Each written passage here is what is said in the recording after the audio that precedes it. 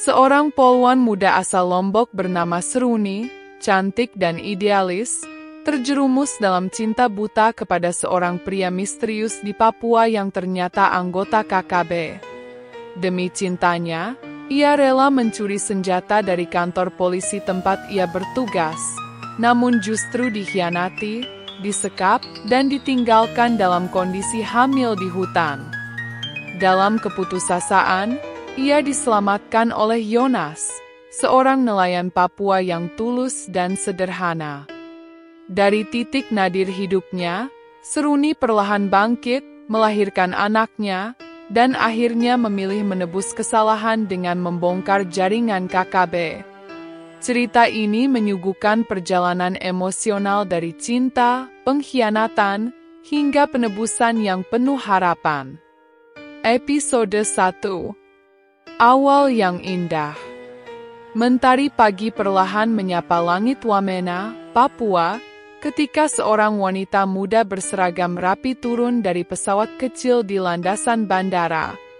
Namanya Seruni Tan, seorang polwan berusia 22 tahun yang baru saja dipindah tugaskan dari Lombok. Wajahnya ayu, kulitnya putih bersih, rambut hitam panjang terurai rapi di balik seragam polisi wanita Indonesia yang ia kenakan. Ia memiliki darah Tionghoa dari sang ibu, yang mewariskan garis wajah lembut dan sorot mata penuh empati. Seruni masih muda, polos, dan bersemangat untuk menjalani tugas barunya di tanah Papua yang jauh dari rumah. Ia ditempatkan di sebuah kantor polisi kecil yang terletak di tepi hutan pedalaman. Para penduduk asli memanggil tempat itu Bukit Durhaka, sebuah desa yang pernah menjadi saksi banyak konflik bersenjata. Hari-hari awalnya ia habiskan dengan beradaptasi, belajar bahasa daerah, mencoba makanan khas setempat, hingga mendekatkan diri pada warga lokal yang awalnya menatapnya penuh curiga. Namun, semua berubah ketika ia bertemu Reza, seorang pria berharisma yang mengaku sebagai relawan kemanusiaan yang sering membantu masyarakat pedalaman. Reza tampan, tinggi, dan mampu berbicara dengan penduduk lokal dengan fasih. Seruni terpesona. Reza sering datang ke kantor polisi, berdalih ingin mengajukan bantuan logistik ke desa-desa terpencil. Tanpa sadar, ia dan Seruni mulai saling mengenal lebih dalam. Bagi Seruni, Reza adalah sosok yang bisa membuatnya merasa tidak sendiri di tanah asing ini. Ia merasa dilindungi, dipahami, dan diperhatikan. Perlahan-lahan, rasa cinta tumbuh di antara keduanya. Namun tanpa sepengetahuan Seruni, Reza menyimpan rahasia besar tentang siapa dia sebenarnya. Episode 2. Jejak awal pengkhianatan. Suatu sore, Seruni sedang duduk di belakang kantor polisi sambil menikmati teh hangat ketika Reza datang membawa sekotak makanan. "Aku tahu kamu pasti belum makan siang," ujarnya dengan senyum lebar. Seruni tertawa kecil. "Kamu selalu datang di waktu yang pas."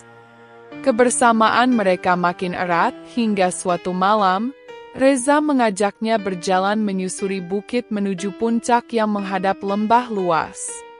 Di sana, Reza melamarnya. Seruni terkejut namun bahagia. Ia menerima dengan hati penuh cinta. Tak lama setelah itu, Reza mulai sering membahas senjata dan dokumen penting milik kantor. "Aku hanya ingin tahu cara kerjanya," katanya suatu malam sambil memandangi peta logistik kantor. Seruni sempat curiga, tapi cintanya membutakan. Ia percaya Reza takkan menyakitinya. Suatu hari, Reza datang dalam keadaan panik.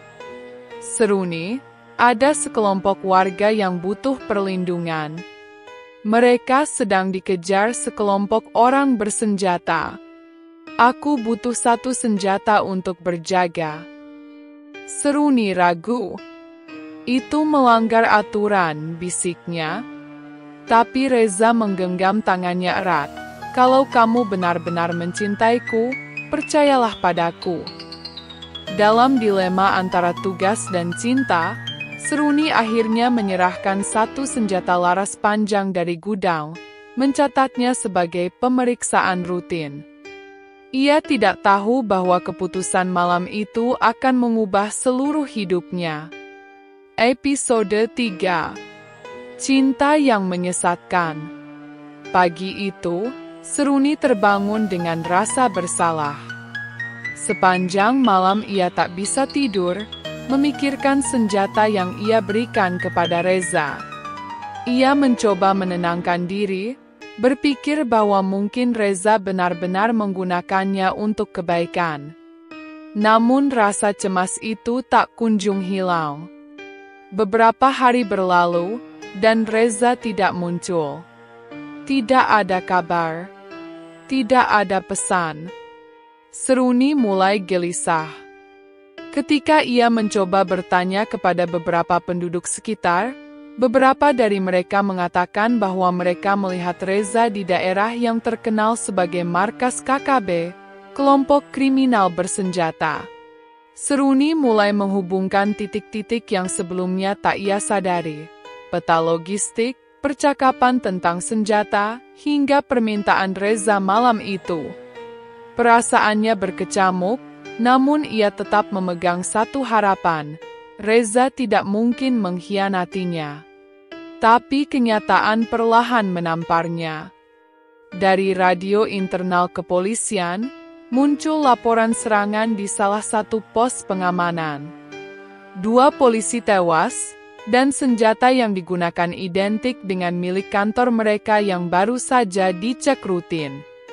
Seruni gemetar. Ia tahu, itu senjata yang ia berikan kepada Reza. Episode 4. Wajah asli Reza. Seruni akhirnya memutuskan mencari Reza sendiri. Diam-diam ia menyusuri jalur-jalur semak yang sering diceritakan Reza sebagai tempat bantuannya dulu. Setelah berhari-hari mencari, ia menemukan sebuah pondok kayu tua yang dijaga 2 pria bersenjata. Dengan kecerdikannya, Seruni menyelinap masuk. Di dalam pondok, ia melihat hal yang tak pernah ia bayangkan.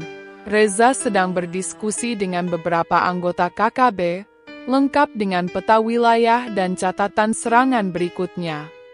Rasa hancur seketika menyelimuti dirinya. Orang yang ia cintai selama ini adalah musuh negara, dan ia telah membantu mereka. Reza menyadari keberadaan Seruni.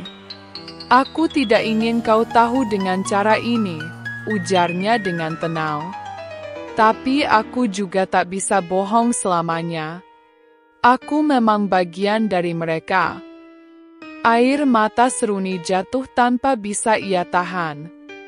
Aku menyerahkan semuanya padamu, bahkan melanggar sumpahku sebagai penegak hukum, dan ini balasannya? Reza mendekat, mencoba menyentuhnya, namun Seruni mundur. Ia berlari keluar, tapi 2 pria bersenjata menghalanginya. Reza memberi isyarat.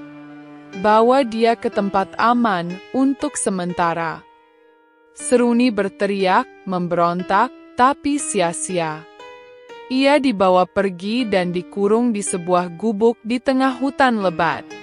Episode 5. Neraka di balik cinta. Hari berganti hari, dan Seruni tetap dikurung.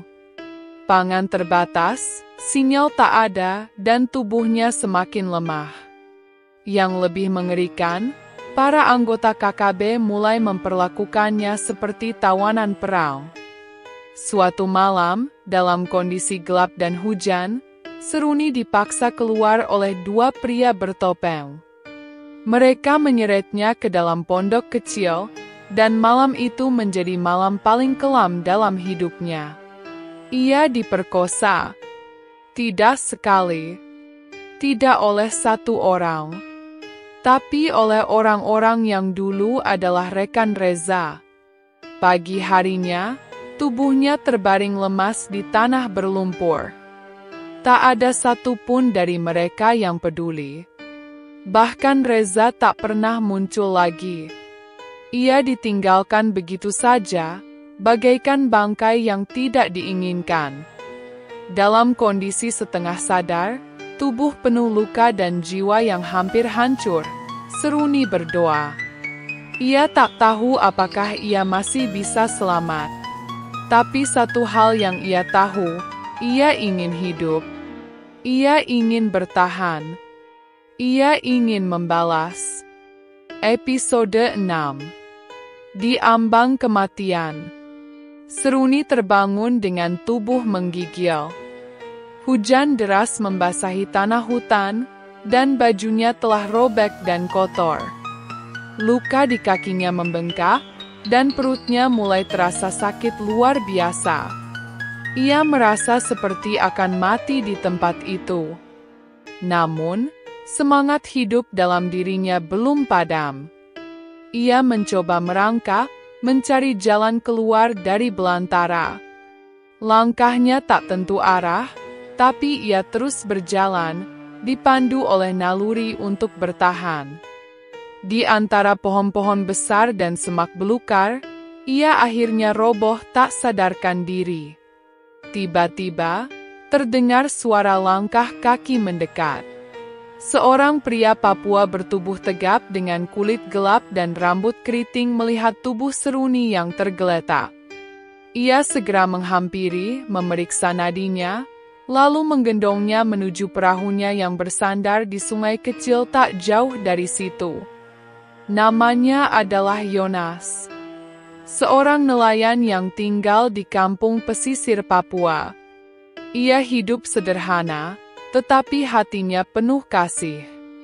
Ia merawat Seruni di gubuknya, mengganti perban, memasakkan bubur, dan menunggu hingga wanita itu sadar. Episode 7. Lahirnya harapan baru. Beberapa hari kemudian, Seruni akhirnya membuka matanya. Ia bingung, panik, lalu menangis begitu sadar dirinya masih hidup. Yonas menenangkannya, berbicara dengan lembut meski terbata-bata menggunakan bahasa Indonesia. "Aku lihat kau luka parah. Aku tidak tahu siapa kau, tapi Tuhan suruh aku tolong," ucap Yonas tulus. Seruni hanya bisa membalas dengan anggukan lemah. Ia belum bisa bicara banyak. Hari-hari berlalu dan Seruni mulai pulih, meskipun trauma masih mengendap dalam jiwanya. Di gubuk sederhana milik Yonas, ia belajar berjalan kembali, berbicara kembali, bahkan tersenyum kembali. Kehangatan yang diberikan pria Papua itu perlahan menyembuhkan luka-luka yang tak terlihat. Namun, Seruni mulai merasakan sesuatu yang tak biasa, mual di pagi hari, tubuh lemas, dan menstruasi yang tak kunjung datang. Dengan segala ketakutan, ia akhirnya menyadari ia hamil. Episode 8. Luka yang tertinggal. Kabar kehamilan itu membuat Seruni terpukul kembali. Ia hanya bisa menangis dalam diam, berjam-jam memeluk dirinya sendiri di sudut kamar kecil gubuk itu. Yonas yang peka akan perubahan Seruni, bertanya dengan lembut, "Apa kau mengandung anak mereka?"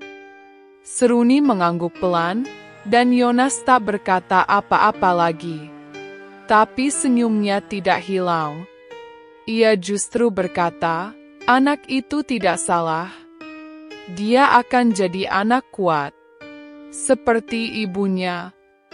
Seruni menangis sejadi-jadinya malam itu. Bukan karena kehamilannya, tapi karena seseorang yang sama sekali tak mengenalnya mampu mencintainya tanpa syarat. Ia tak pernah membayangkan bahwa harapan bisa tumbuh di tengah reruntuhan hidup seperti ini. Hari-hari berlalu, dan Seruni memutuskan untuk tetap tinggal bersama Yonas. Ia belajar menjemur ikan, membantu Yonas menjaring, dan memulai hidup baru di kampung itu. Namun, meski ia tampak tersenyum, luka lama itu belum sepenuhnya sembuh.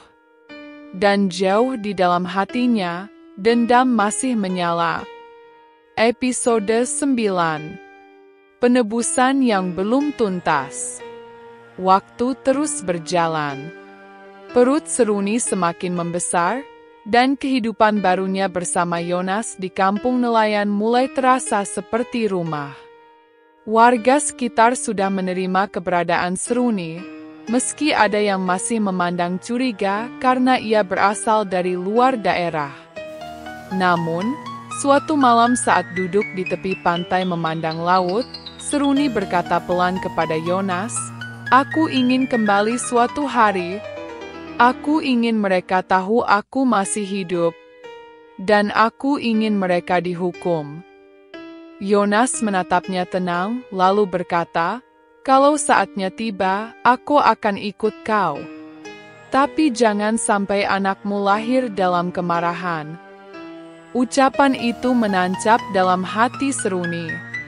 Ia tahu, keinginannya untuk membalas adalah luka yang belum sembuh. Tapi ia juga sadar bahwa hidupnya sekarang bukan hanya miliknya sendiri. Ia harus menjadi kuat, bukan hanya untuk dirinya, tapi untuk anak yang tumbuh di dalam rahimnya. Episode 10. Cahaya di tengah gelap. Hari kelahiran tiba. Di tengah malam dengan hujan deras, Seruni berteriak kesakitan di dalam gubuk kayu sederhana. Yonas memanggil bidan desa, dan bersama beberapa warga, mereka membantu proses persalinan darurat.